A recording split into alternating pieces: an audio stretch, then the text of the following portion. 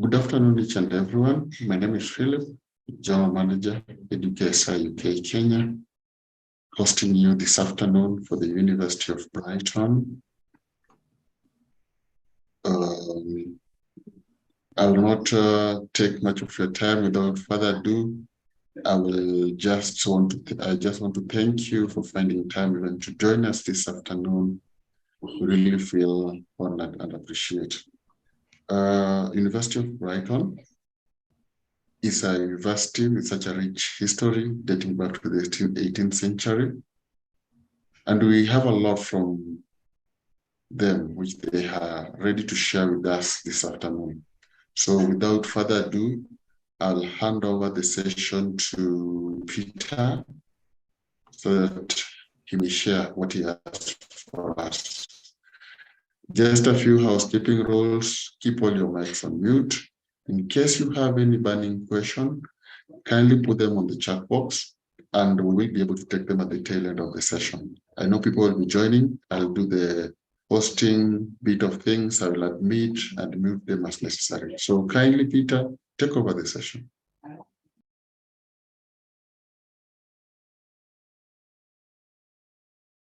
Sorry, Peter, you're on mute.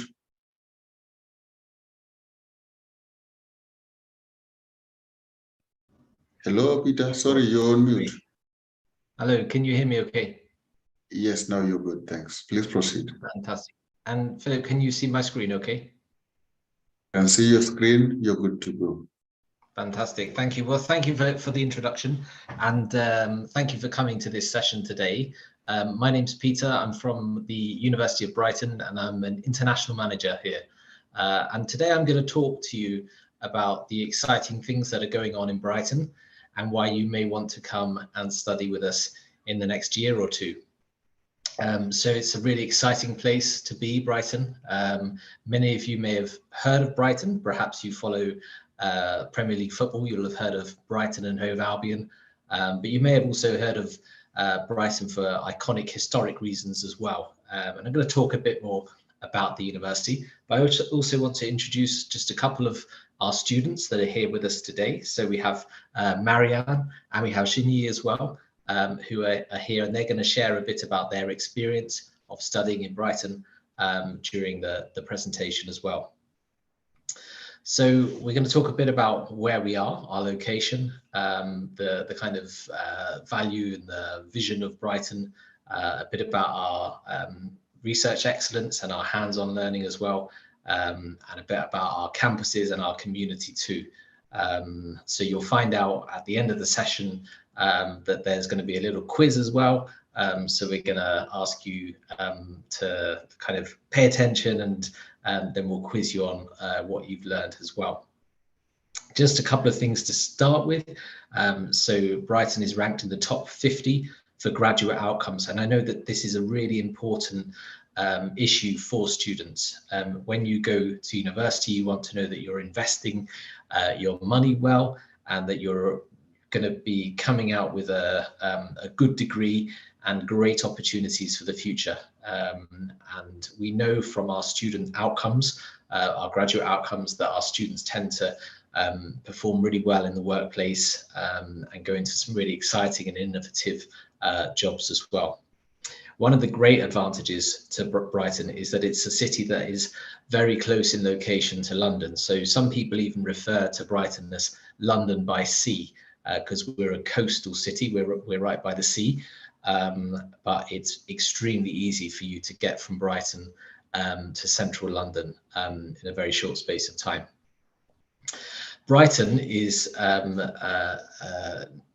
acknowledged as a top 100 worldwide city in the QS Best Student Cities in 2023. So it's very popular with students. We have the University of Brighton here, but we also have the University of Sussex is very near to Brighton as well.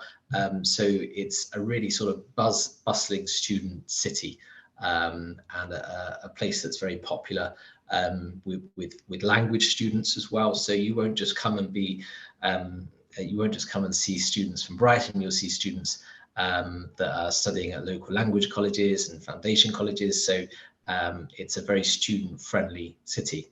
It's a very arty place as well. There's a lot of creative technology going on. It's home to the UK's only Green Party MP. So a lot of the identity of Brighton is around sort of being green, being eco-friendly, and you very much get that as you come to Brighton. It's a very different place. It's a very unique place, and people come to Brighton and fall in love with Brighton and stay for many years. So people pick this place because of the lifestyle, as well as it being a great location.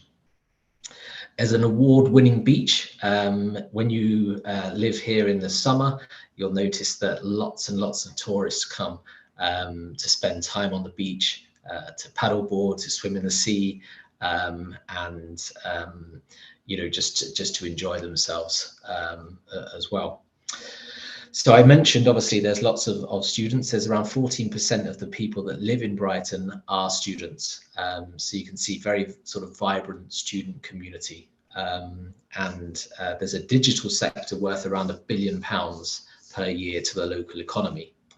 So one thing that makes Brighton quite unique as well is the number of small and medium enterprises as well. So there's lots of independent businesses. And if you go down Brighton High Street, you'll see that. It's not just lots of chains that you might have experienced in other towns and cities, but there's lots of independent boutique shops. It's a great place for shopping, great place to experience city life. So the University of Brighton itself, we're situated across 4 different campuses. And by 2024, we expect that all 4 campuses will be in the Brighton area. So at the moment, you can see we have a campus in Eastbourne, but that one is going to be relocating to Brighton. Brighton, as I mentioned earlier, is very close to London. So it takes 50 minutes to get to central London by train, and it takes 30 minutes to get to Gatwick Airport by train. That's the closest international airport to Brighton, and is very well connected in terms of rail links. So we have got a really fantastic history at Brighton University, and our history goes all the way back to 1859, where the Brighton School of Art was established, and they actually were teaching painting in the kitchens of the Royal Pavilion. The Royal Pavilion is a very famous, iconic building. You should definitely have a look on Google and search the Royal Pavilion, which dates back to Victorian times. And that was our origin in the 1850s, where we started teaching. We then became a university in 1992, and that's when a number of universities that were formerly polytechnic universities became fully fledged universities.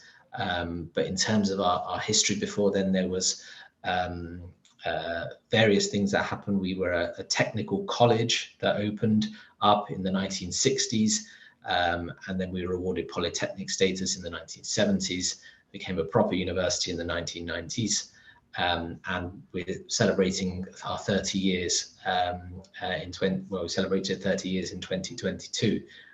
So lots of great history at the University of Brighton, and you can see that in some of the parts of campus, some of the more traditional parts of campus as well. We have fantastic facilities. So you'll see if you navigate around the University of Brighton website, you'll see some of the great facilities that are used by the students. And perhaps if I can come to our student ambassadors here and maybe just ask you, let me start with Mariam, about some of the facilities that you get to use as part of your course, and whether there are things that you really enjoy using. So Mariam, over to you. What facilities do you like to use on your course?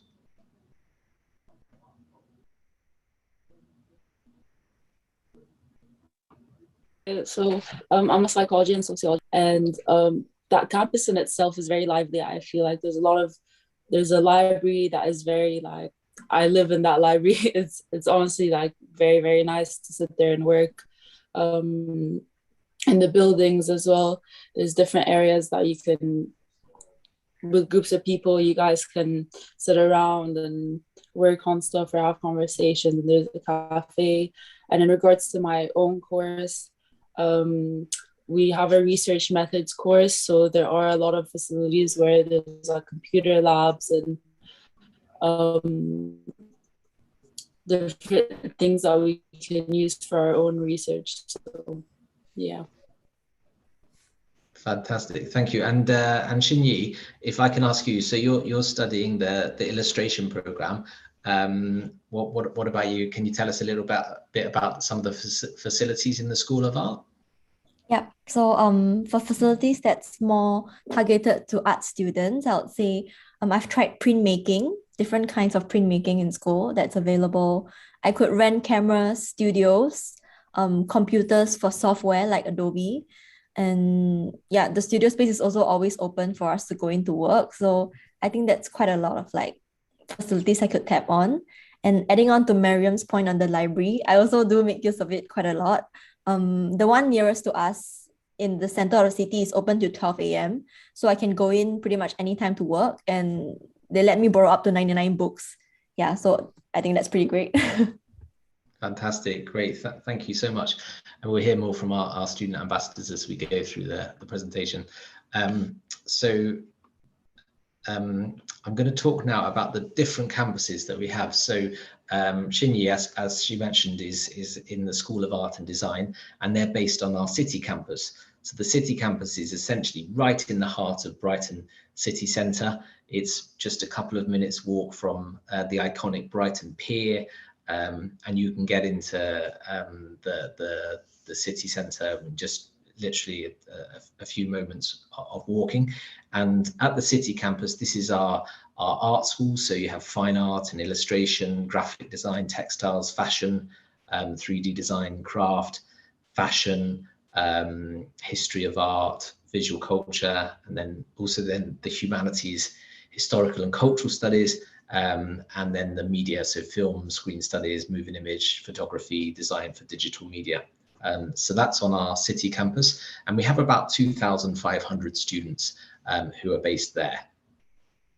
Our sort of larger campus, Molescombe campus, is home to 7,500 students, and this has been recently transformed. So we had a big build project which was kind of completed in 2022. And you'll see many of the buildings that have been recently opened to give us a very modern campus, but also to enable us to have accommodation guaranteed to first year students, which is great. There's new cafes, new accommodation, some shops and social spaces, and a brand new academic building for our School of Business and Law, which is actually where I'm sat right now. So the Business and Law School has got a fantastic brand new building facility called Elm House, and that's in the bottom picture that you can see on your screen.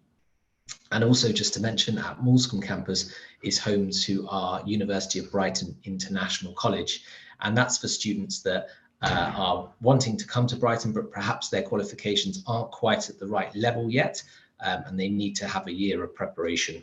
Perhaps they've just done GCSEs or AS levels and not completed their A levels. There's an option there to come to the University of Brighton International College. I won't read through all of these, but these are some of the subject areas that we teach on the Molescombe campus. So it includes things like architecture, computer science, engineering courses, as well as the business and law programs that I mentioned as well. And then we have our Falmer campus. The Falmer campus is home to around 7,000 students. So still a big chunk of our students are there. And at the moment, we have our education faculty, we have our humanities department, we have the applied social sciences, as well as the Brighton and Sussex Medical School. And they are all based over on the Falmer campus. Now, I mentioned Brighton and Hove Albion Football Club, who are currently flying high in the Premier League. And you can see in the top picture there is that is the Amex Stadium. So that's Brighton and Hove Albion's football stadium, and it's literally, the campus is in the shadow of the Amex arena. So if you're into football, you can't get probably, I don't know whether this is factually true, but I would imagine that this must be the closest university campus to a Premier League football stadium, would be my guess. I don't think there's any that are any closer than us. And then we have the Eastbourne campus, I mentioned earlier the Eastbourne campus will be relocating, and all those courses will be moving over to the Falmer campus, but that's home to the sports and sports management courses, journalism, and also physiotherapy and podiatry. So they will all be over at Falmer, and that will mean that all of the campuses and all of the students will be located in the sort of Greater Brighton area, or within around sort of 3 miles of each other. Okay, so just a few interesting facts and stats for you. The big one here is 91.6% of our graduates are in employment or further study within 6 months of graduation. So that's a really important thing, because it shows that Brighton graduates are well regarded, employers want to employ Brighton graduates, and we are also a top 50 university in England for graduate outcomes. So this is really important to know. It's also top 15 for graduate outcomes in London and the South East. So amongst some of the top universities there in London and the South East, Brighton rates very, very highly for that. We're the highest climber in the Complete University Guide, so we've gone up 32 places in the 2022 Complete University Guide.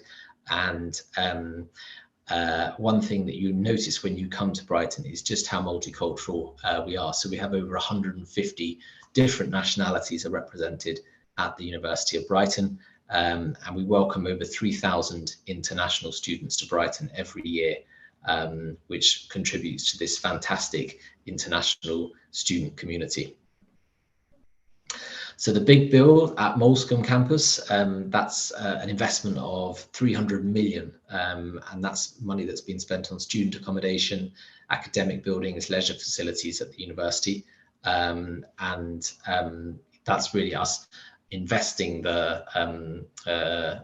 in the student experience. One thing that's great about UK universities is that they are not for profit. They are public institutions, and all the money that universities make, they plough back into the student experience, back into improved research facilities, improved teaching facilities, improved accommodation, and improved campus.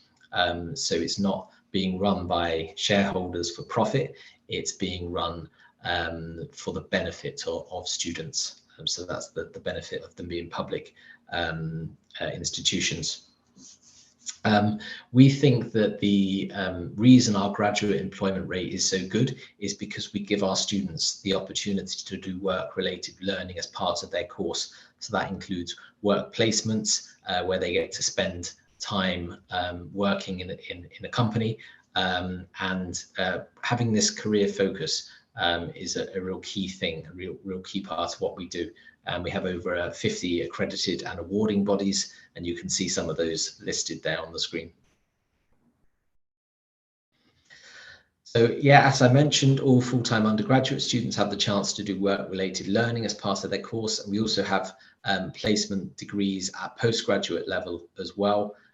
So it's all very much about enhancing international employability, and using this employability skills framework to inform our teaching and our courses, and working with external bodies, professional organizations who accredit our programs to ensure that they are fit for purpose, and that our students are coming out with the skills that employers are needing and are looking for in this modern age. This is just some of the companies that we can give as examples of, and some of the accreditations these are the accreditations that some of the Brighton programs have, and some of these may be familiar, some of them maybe not so familiar, but it's important to know that the courses are kind of quality assured. They have the proper accreditation from the, for example, the Institute of Engineering and Technology, accrediting the engineering courses. So just a few more facts. We have over 21,000 students, undergraduate and postgraduate, studying with us at Brighton, over 2,300 staff, and we run over 500 courses. So it's a pretty big operation. It's, as you can see from the slides I've talked through, a very well established university, and lots going on here. You won't just be meeting students who are here studying management. You'll be meeting students that might be studying pharmacy and graphics and fashion and sports. So yeah, really wonderful community. And when you graduate, you'll join a network of 140,000 alumni around the globe. This pie chart, you probably can't see it too clearly, but it gives you a very strong idea of just how diverse the community is. We don't have any nationality groups that are extremely large. So even some of our larger nationality groups, maybe only just over 100 students. So you'll find a very good mix of different nationalities and no one nationality that dominates particularly, which I think is a great thing. It adds to the campus diversity, and you know that you're going to have a good mix of students. So social side of things is really important. You're coming to university primarily to study for a degree, but also to have a good time. And we have over 100 student societies and over 60 sports clubs that our students can be part of. I think now is a good time to maybe for me to pause and stop talking.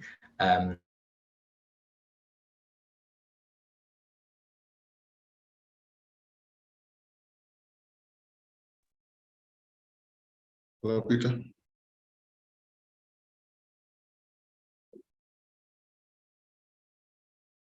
Hello. Seems we've lost Peter, but then not to worry. I think you're still. Hello, Peter. Can you hear me?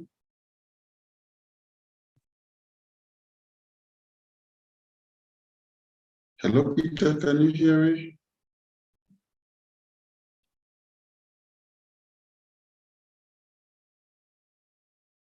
Hello, Peter. Can you hear me? Hi, Philip. Yeah, yes. Can you hear me? Yes, okay. Yes. Sorry you dropped, but it's okay. Let's proceed. Technology. My browser crashed, but I hope you can hear me okay. I think what I was just about to do was to come to Mariam and to Shinyi to just say a little bit about maybe some of the social things that you like to do. I don't know if you're a member of any of the clubs and societies, or whether you're involved in any of the sports kind of things. Mariam, what do you like to do at Brighton in your spare time? Hi, so I'm an international student from Egypt, and I would say to the society's part, I joined the hiking society. I really enjoy it. Like, I love going every week and meeting everyone and just meeting different people, because I feel like sometimes you can get really like into studying, especially right now, since we have assignments and stuff, that you forget to kind of go out and socialize. So I feel like it's a really nice way to, it's just going into town and just like walking around, like especially on Fridays, like everyone is out. It's very, very lively, and it's just a really good energy to have around you. So I would say that's what I do. Fantastic, great. And Shinyi, how about you? Is there anything that you like to do? Are you a member of any of the clubs or societies? I did attend some events by the Ecological Society, so a little bit similar to Miriam. Oh, maybe I should also share that I'm an international student from Singapore. So yeah, similar. We are both international students, and the area around Brighton, like we have the beach, and we also have like quite a lot of natural areas on the near the farmer side of the town. So that's quite nice to take a walk around, look at some like little plants and mushrooms. So I did enjoy that in the beginning as well. And I also like to attend music events in town. So there's jazz music rooms, there's also like indie music rooms. It's always, you can always find an event happening. And I go to collage nights as well, so we paste magazines together. So many things you can do in town, and I do enjoy that part of Brighton quite a lot. Yeah. Fantastic. That's great. Thanks so much. I'll just try and I think I need to reshare my screen, Philip. Is that right? Yes. Okay.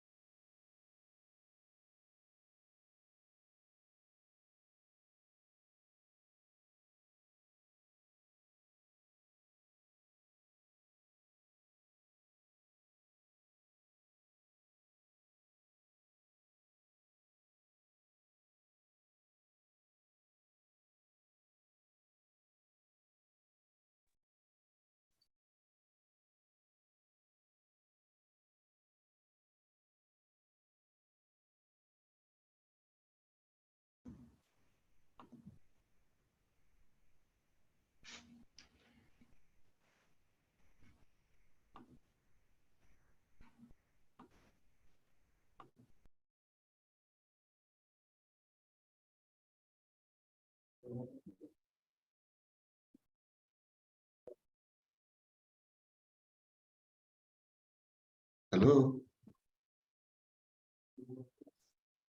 Peter, can you unmute?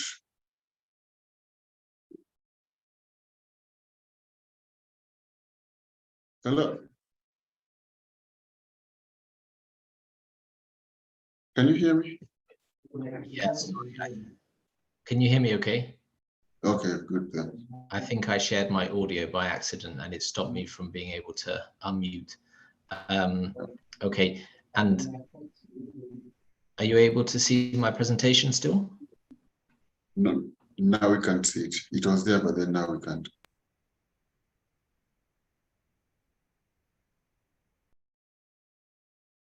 Now it's good. On-campus social inclusion. But then unmute yourself.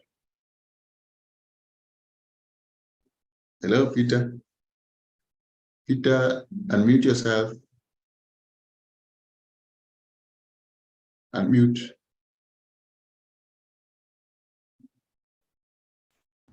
Yeah, you're good now. Okay. But we can't hear you. Okay. Now Sorry, you're good. I think you can now. Okay, when I switch back to my presentation, I think it muted me. Let me try that again. Can you hear me now? Now we can hear you. It's fine. Please proceed. Okay, great, thank you. So as our students were saying, there's lots of social activities going on. So it includes student-led societies, but there's also art exhibitions. There's the sports side of things as well. On the Moulscombe campus, we have a new gym facility for students, and we also have a gym facility at the Falmer campus as well.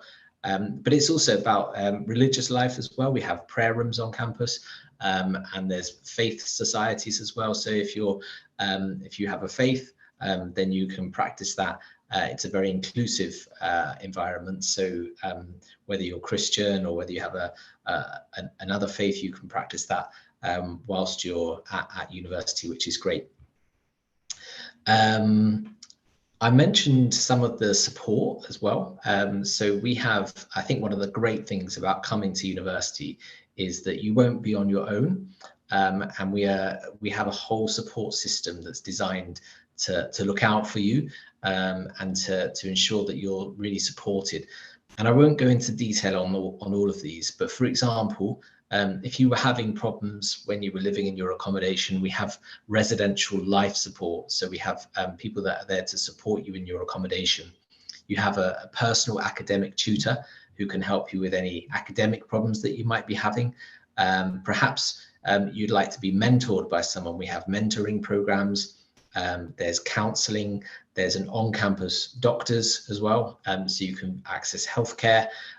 There's faith and spirituality support as well, so that could be chaplains from the different faiths, and lots of mental health support as well for students.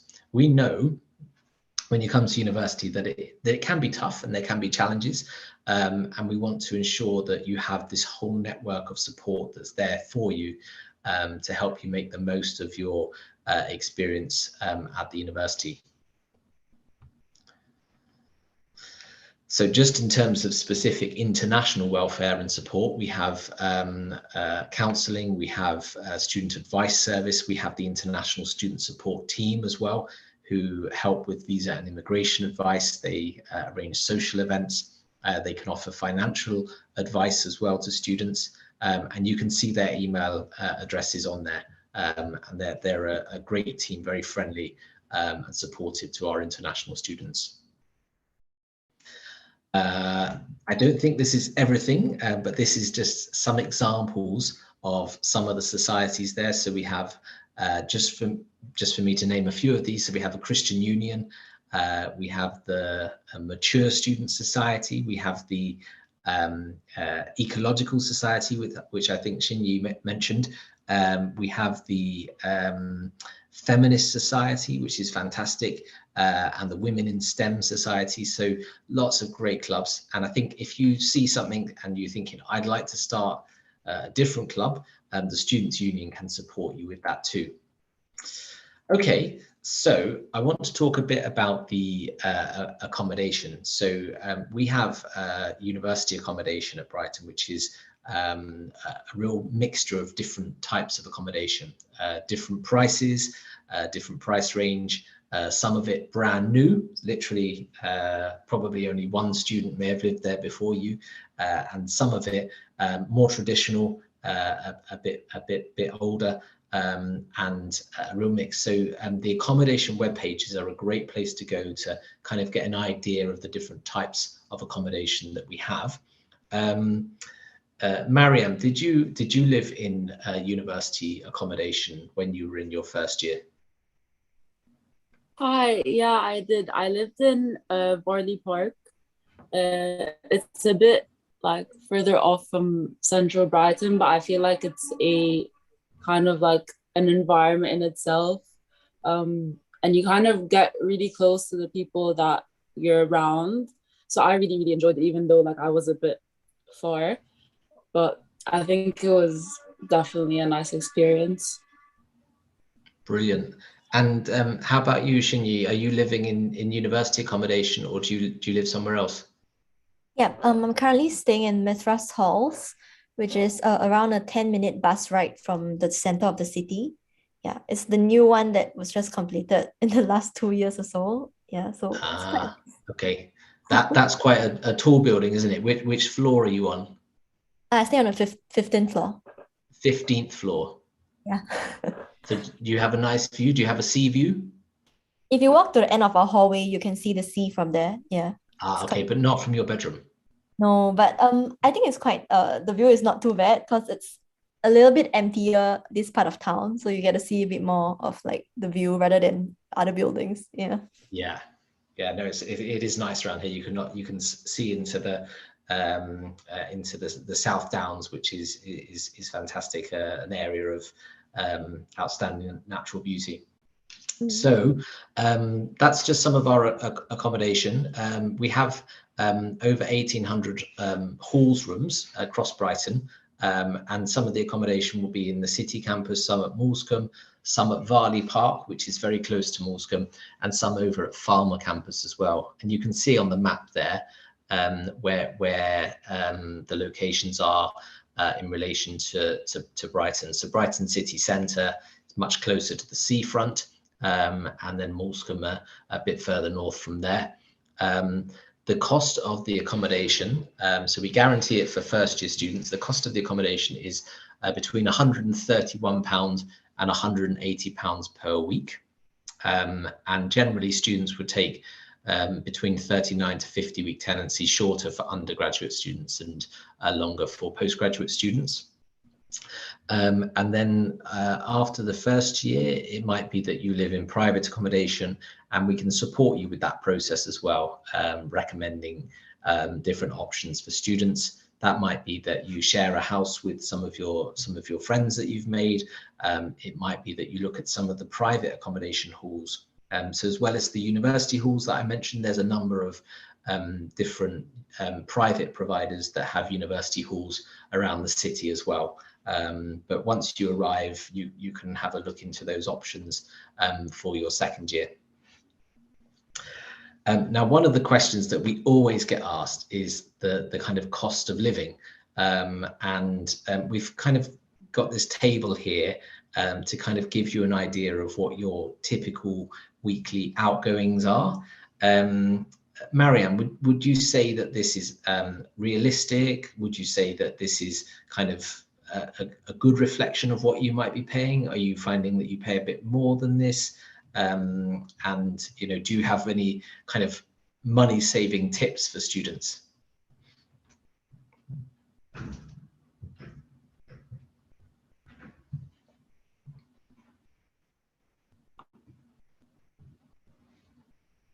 I don't know if Marianne maybe has dropped out. How about you, Shinyi? Would you identify with those costs? Would you say it's how are you finding the kind of cost of living in Brighton? Yeah, I think for a lot of my classmates who stay in the center of town, there's a hall called Phoenix Halls. The rent is pretty accurate for that. Like I think that's around 160-ish for the range. Yeah, I think they do spend around that much. But like actually I'm a mature student, so I opted to stay in like a more comfortable place to pay a bit more. So to balance that out, I do work sometimes for the school and all that. So I'll say my cost of living is a bit higher, but I also do work to pay off that difference. Yeah. Great, fantastic, thank you. Okay, so I'm just going to move on to talk about some of our alumni. I mentioned earlier we have graduates all over the world, ranging from famous actresses and sports people to broadcasters, award winners, people working for some of the top companies in the world. So you find that the Brighton alumni are very varied, lots of amazing opportunities that have come about because of their what they've chosen to study, and you know, that real focus that we have on skills that are right for industry as well, so that employers look to Brighton students and Brighton graduates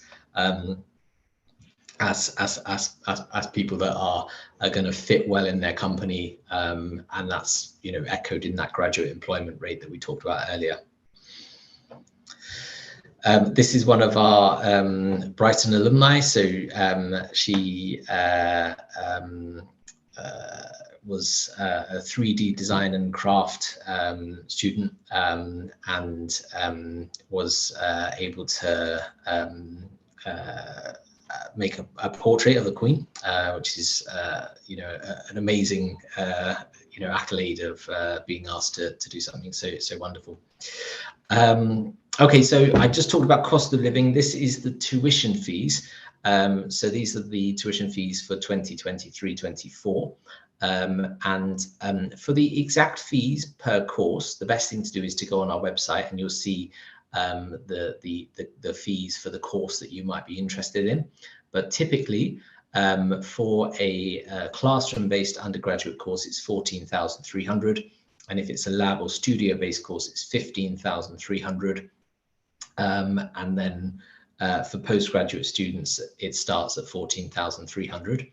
The way the fee payments work is that students would pay in 3 installments, a £3,000 deposit, and then 2 50% fee installments. So the first required by enrolment, and then the second generally in the second semester.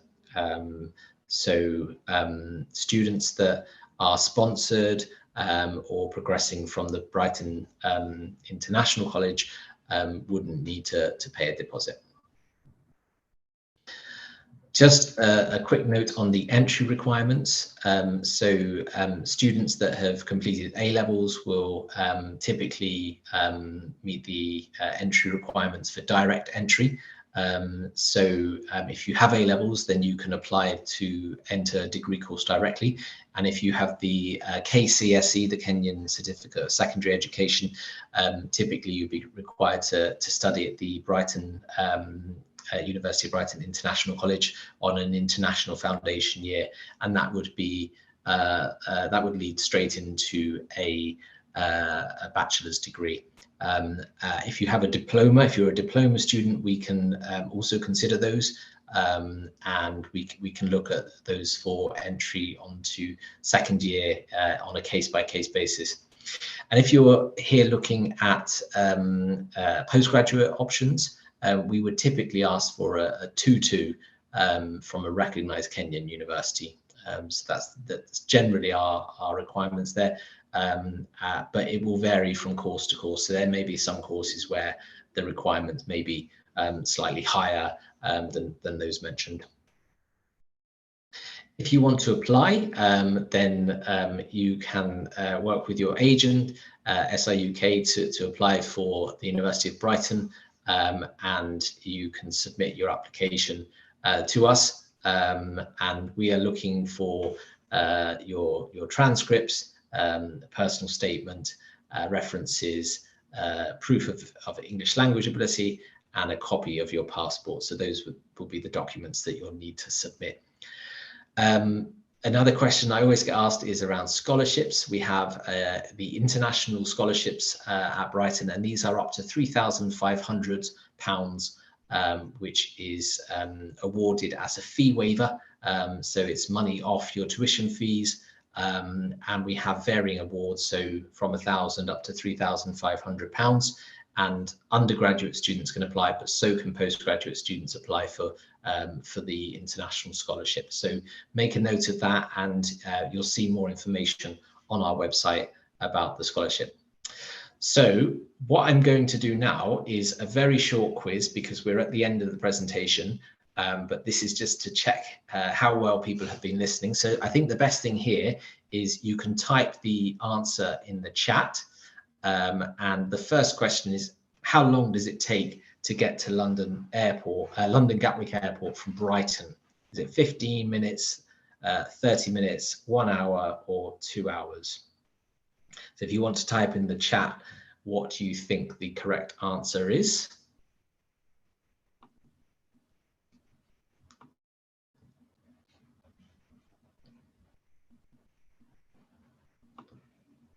Kindly put the question on the chat.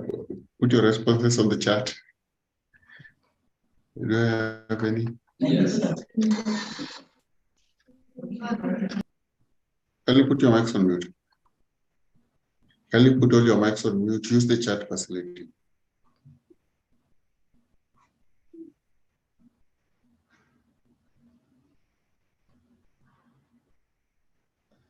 So the correct answer to this question is 30 minutes. It takes 30 minutes to get from Brighton to London Gatwick Airport. Yes, I see Cyrus got it right. Great. Okay, the next question is, how many international students study at the University of Brighton in 2023? So is it 300 students, 1,500 students, 3,000 students, or 5,000 students?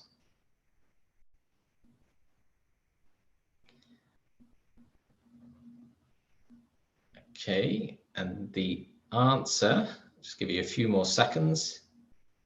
The answer is in fact 3,000 students. So anyone who got that right, well done. Question 3, this checks whether you've been listening about the campuses. So which of these is not a University of Brighton campus? Okay, which one is not a University of Brighton campus? Is it 1, Falmer, 2, Moulsecoombe, 3, Checkland, or 4, City campus?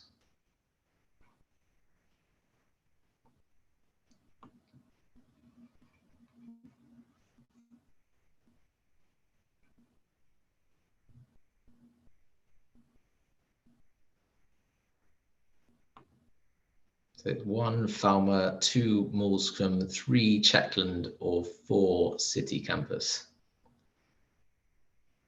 And the correct answer here is Checkland. So the other 3, Falmer and Moulscombe and City Campus, are all part of the University of Brighton. They're all campuses at the University of Brighton. Now then, I think I mentioned this once, but Brighton borders the UK's newest national park. What is it called? Is it Dartmoor, the South Downs, the Apennines, or Snowdonia?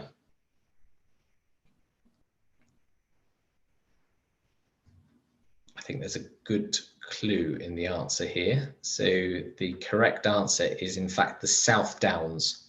So the South Downs are just north of Brighton, and as Mariam mentioned, are really wonderful walking opportunities, hiking opportunities around the South Downs National Park. So I hope if you come to Brighton, you'll get an opportunity to go out and enjoy it, particularly in the summer months. It's really a wonderful place to be. Okay, and Brighton is home to the UK's oldest aquarium, cinema, operating electric railway, or pier. And you may have picked this up from some of the pictures. The answer is that we are home to the UK's oldest pier.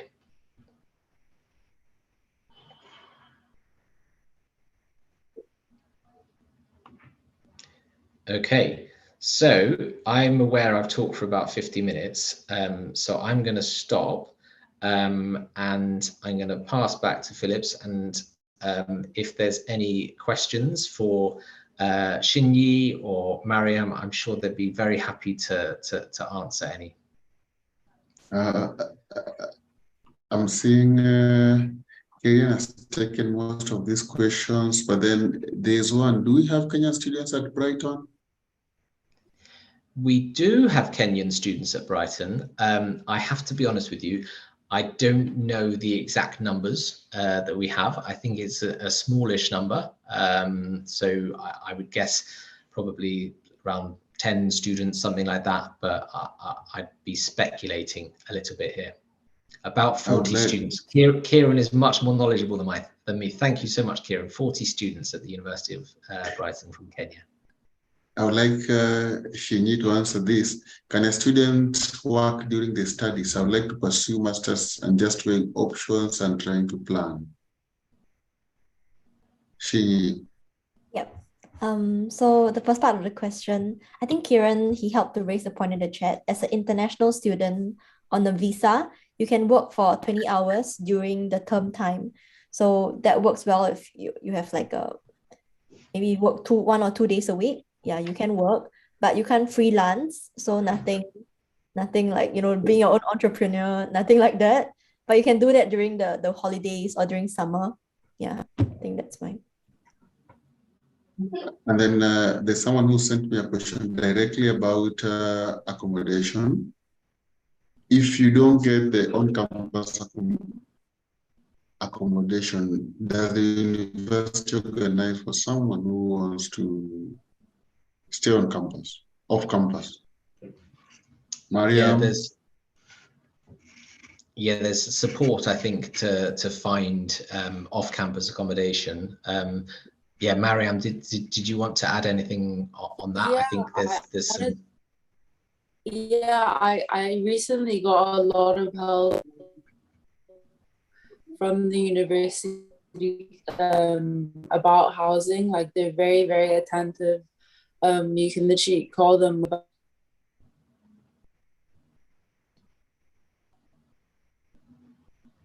about it. They'll send you a lot of yeah, you can, like, there's so many places around Brighton that are not exactly student accommodations that you can look at. Then there's a question: how fast does it take international students to settle, being a new destination and maybe the first time to travel? Like, for example, I think I will use case studies of maybe Mariam, because I heard Mariam is an international student from Egypt. Maybe she can tell us about her experience of how she found it. Maybe it was not her first time in the UK, that she can just share.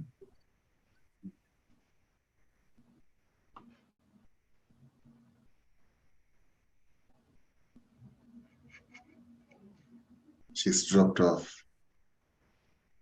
Hello? Mariam has dropped off. Can you hear me? Yeah, I think maybe she's dropped off for a short. You can take that one, Shini. How fast does it take for an international student to maybe settle in after finding themselves at Brighton? Is it an easy process, or how was your Right. So experience? when I first came, I signed up for there's an international students orientation. So they picked me up directly from the airport and then got me to my accommodation. And then they had students helping me find my way around town. So that helped me to really settle in relatively quickly in terms of just finding where things are, where's the supermarket, where's the town, where's the buses. Like that was within the first few days, the first week, they were able to help me figure that out. And then in terms of getting used to like living here, the weather, the food, everything, that will take a few months, like give it 1 to 3 months for you to get used to it. Then I think it's good from there. But in terms of figuring out your way, the first week they give you a lot of support for that, and there's people you can talk to. Yeah, so I think that's helpful. It takes a while to get used to the weather. I've lived in the UK all my life, and I'm still trying to get used to it. My room's back. Does that mean you'll never get used to it if you stay in UK for your life? Sorry, Mariam, we noted you dropped off. Sorry. Yeah, my internet keeps going on and off. I'm so sorry. No problem. No worries. Do I have another question not answered on the chat?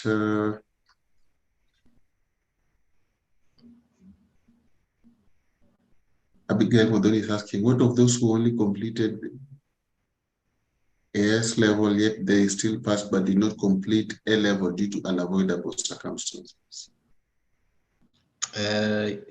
Generally, if a student wants to come directly onto a bachelor's program, they have to complete their A levels.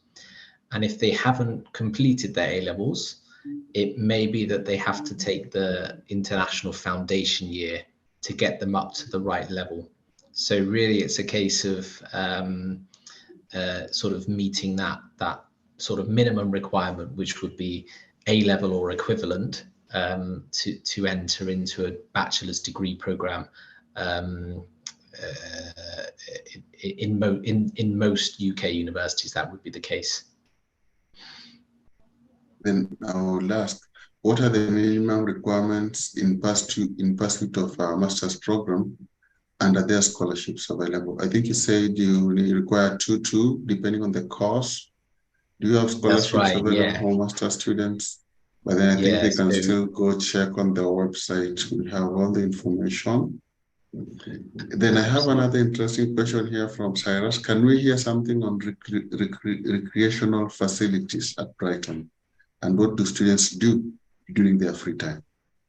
Yeah, so I suppose the things that you might mention here would be some of the gym facilities that the students might use. We have a nice new student bar that's recently opened. That's called the Venue at Shinyi. Is it called the Venue? Yeah, it's called the Venue. It's just right downstairs if you stay at first. Yeah, I tried to watch some of the World Cup in there, but then I got called into a meeting, so I had to miss the England game, which I was a bit sad about. But yeah, lots going on, absolutely. I think what you find is there's, wherever you are on campus, there's social facilities, there's coffee shops and places to eat and bars and whatnot. And I mean, certainly, Brighton is a pretty vibrant city. So one thing I found here is that just the variety of restaurants is fantastic. It's extremely international. So kind of if you want to get some African food, then that's easy to do. If you want to get some Indian food, if you want to get some Chinese food, there's some really fantastic restaurants in Brighton. It's a bit of a kind of a foodie place. So rest assured, there's some really great options, and international supermarket, that sort of thing as well. So yeah. Do I have any other pending question that answered the Oxford program? There's someone who's asking, are master students entitled to? You want to comment on that, Peter? Can you say that again? I missed that. 2-year post-study work visa for master students. Yes, so if you complete your degree and it's more than a year, so if you've done a year of study or longer, then you're entitled to apply for the graduate route visa, which allows you to stay and work in the UK for 2 years post-graduation. And after that point, you would need to be sponsored if you wanted to remain. So you'd have to find a company to sponsor you after those 2 years.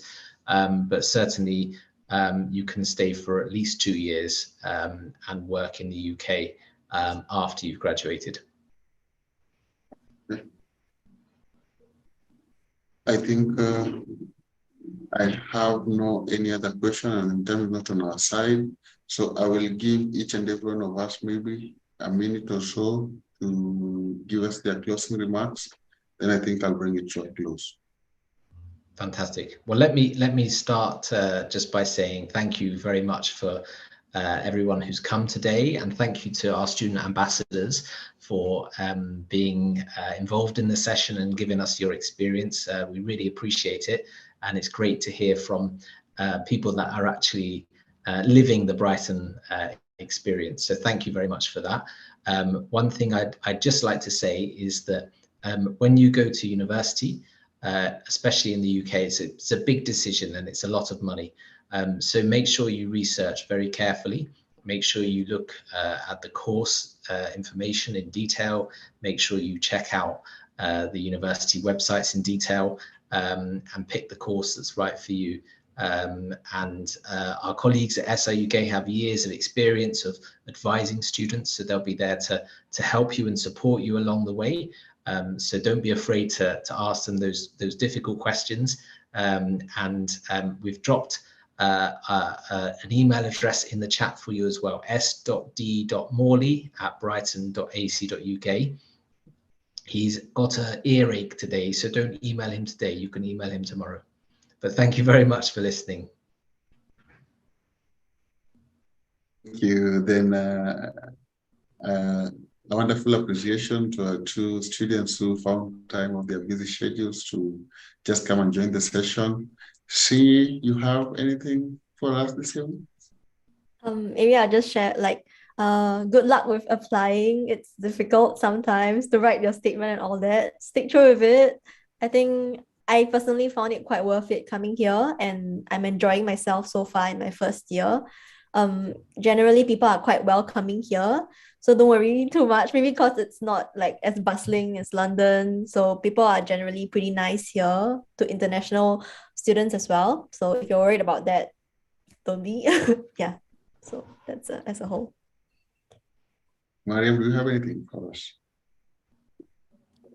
Yeah, the same thing. Like, I feel like it can be very nerve-wracking going to a different country and a different culture and different environment. But honestly, like, you learn so much and you really grow. And you just have so many new. Good. Without further ado, I want to thank each and every one of us for joining this session. I want to thank the University of Brighton for bringing us a whole team to really take us through.